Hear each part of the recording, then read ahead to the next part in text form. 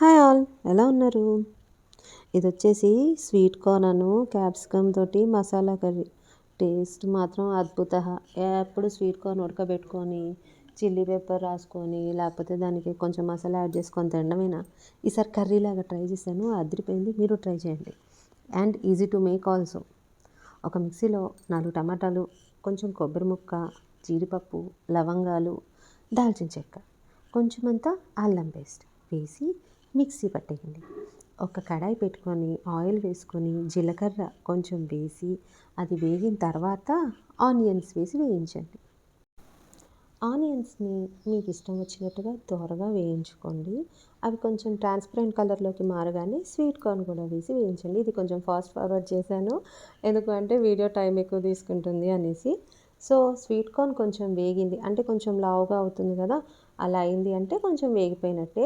అప్పుడు ఉప్పు, కారం, ధనియాల పొడి, గరం మసాలా అండ్ చిటికెడంతా పసుపు.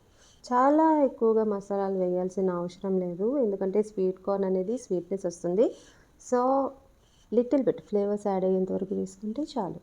తర్వాత మనం మిక్సీ పట్టుకున్న టమాటా ప్యూరీ ఉంది కదా, అది వేసి కాసేపు ఉడకనివ్వాలి. ఎందుకు అంటే టమాటా మనం పచ్చిది వేసాం కదా, ఆ వాసన పోవాలి, టమాటా ఉడకాలి. ఇలా బబుల్స్ వచ్చేంత వరకు ఉడకని. అంటే కొంచెం గ్రేవీలాగా కావాలి అనుకునేవారు కొంచెం వాటర్ యాడ్ చేయండి.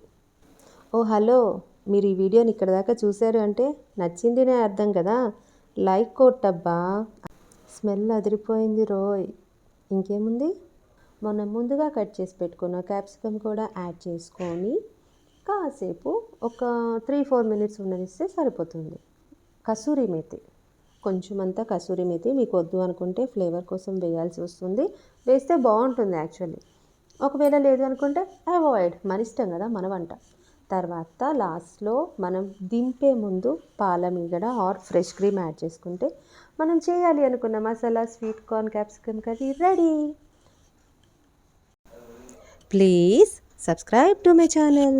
Bye bye.